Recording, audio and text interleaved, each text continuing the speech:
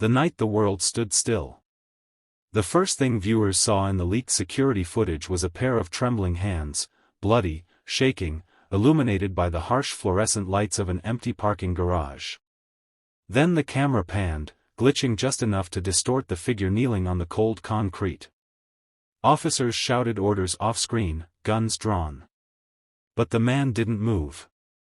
Didn't flinch. It was Ethan Brooks. A soft-spoken single father, a diner server who barely made enough to scrape by. The man the CEO had mocked only hours earlier at dinner. And now he was on his knees beside her unconscious body. But the true shock, the moment that would freeze investigators in their tracks, came seconds later. Ethan lifted his head, eyes glassy with terror and something darker. He whispered. "It wasn't supposed to be her, it was supposed to be me." Before anyone watching could even process what that meant, the footage abruptly cut to black. And just before the cut, Ethan's voice whispered again, trembling. "If you're hearing this, please like this video and subscribe to the Kindness Chronicles. Someone out there needs to understand what really happened tonight." That was the hook that set the internet on fire. It was also the moment Detective Harris realized this was no simple assault. There was a mystery buried underneath, a secret Ethan carried that would shock the city once revealed. But to understand it, we must rewind to earlier that same evening, when everything seemed ordinary.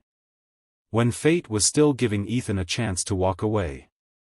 Brunner's diner smelled of burnt coffee and fried onions. It was the kind of place where people dropped their problems at the door and left smelling like bacon grease. Ethan had worked there for 6 years, ever since his wife, Clarissa, passed unexpectedly, leaving him alone to raise their daughter, Lily. People pitied him, but Ethan didn't want pity. He wanted stability. Peace. A life that didn't involve constantly checking price tags or letting his daughter believe ramen noodles were fun food night instead of necessity. His friend Marcus insisted he go on a blind date. "It's one night," Marcus said as he shoved a clean shirt at him in the employee locker room. Madeline Carter is a CEO. Successful. Sharp. Gorgeous. You could use a win, man. A CEO? Ethan said, already laughing. In what universe is that a match? She runs a tech firm. I run scrambled eggs to table 7. You're a good guy. Give yourself a chance. Ethan wanted to believe that.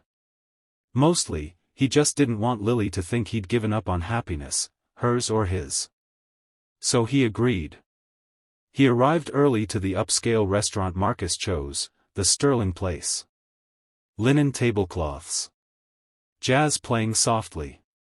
Wine that cost more than his weekly groceries. He tugged at his collar, feeling wildly out of place. Then she walked in. Madeline Carter. And the room seemed to tilt. She was elegant, polished in a way that made everyone else look unfinished. Her dark hair framed her face like a perfect silhouette. Her heels clicked with confidence. Ethan stood quickly and nearly knocked over his water glass. She blinked, a small frown forming. You must be Ethan. I am. Sorry. Nerves. He offered his hand. She shook it politely, though her expression said she had already made up her mind. They sat. Ethan tried to smile, tried to be charming. But Madeline was distant, distracted. Her eyes drifted to her phone between responses, her posture stiff and professional. She asked what he did. He told her. Her reaction stung. A waiter, she repeated slowly, as if the word were fragile or foreign. Yeah. And a single dad. My schedule. That must be very challenging.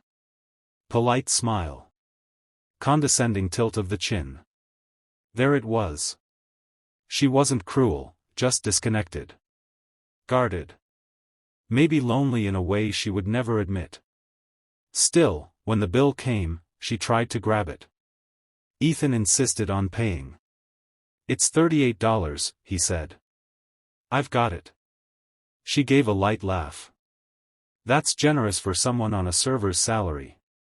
He swallowed the embarrassment, forcing a smile.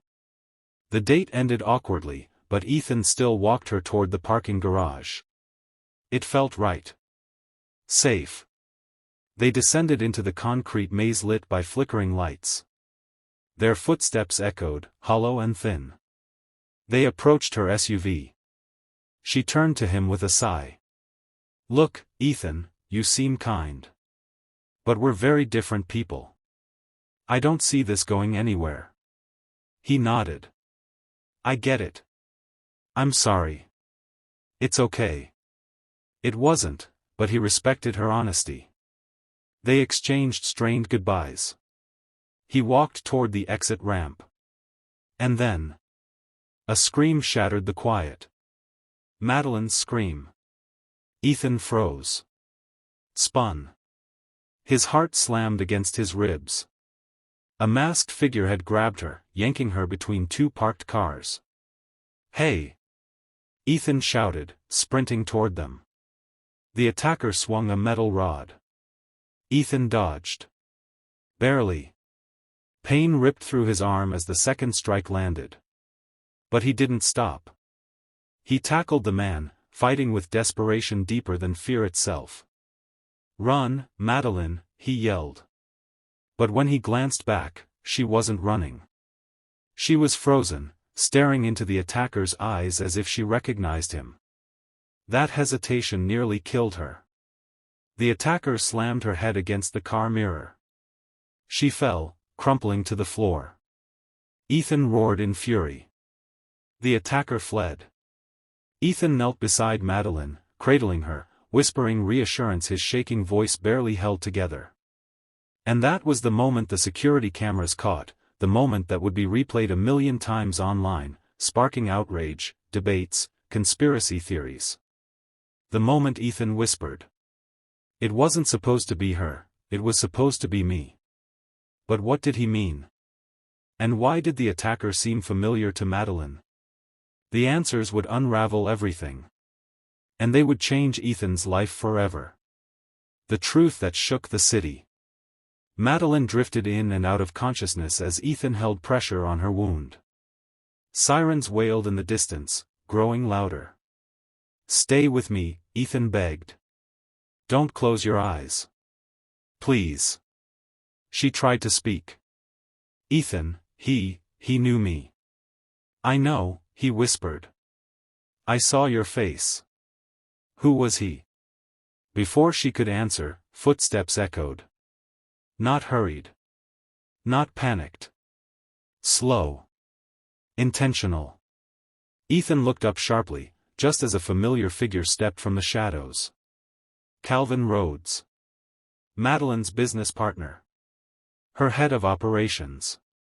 Her closest confidant. Her ex-fiancé. And the last person Ethan expected to see walking toward them with his hands shaking and sweat dripping down his temple. Madeline, Calvin breathed. Oh God. Madeline, what happened? I heard. Ethan's instincts flared. Something was wrong. Very wrong. Stay back, Ethan said firmly. But Calvin ignored him, rushing forward. Madeline flinched. Don't let him near me, she whispered. Calvin froze. Madeline, why would you say that? Ethan stood between them. You're going to explain. Now. Calvin's expression twisted, somewhere between grief and rage. She was going to ruin everything, he said quietly. After all we built. The company. Our future. She just walked away. First from our engagement. Then from the merger. Then she threatened to go to the feds. Madeline's voice cracked. You were laundering money, Calvin. He didn't deny it. She left me no choice. Ethan's heart thundered. You hired someone to attack her? You think I'd do it myself? Calvin snapped. He wasn't supposed to hurt her. He was supposed to scare her. Change her mind.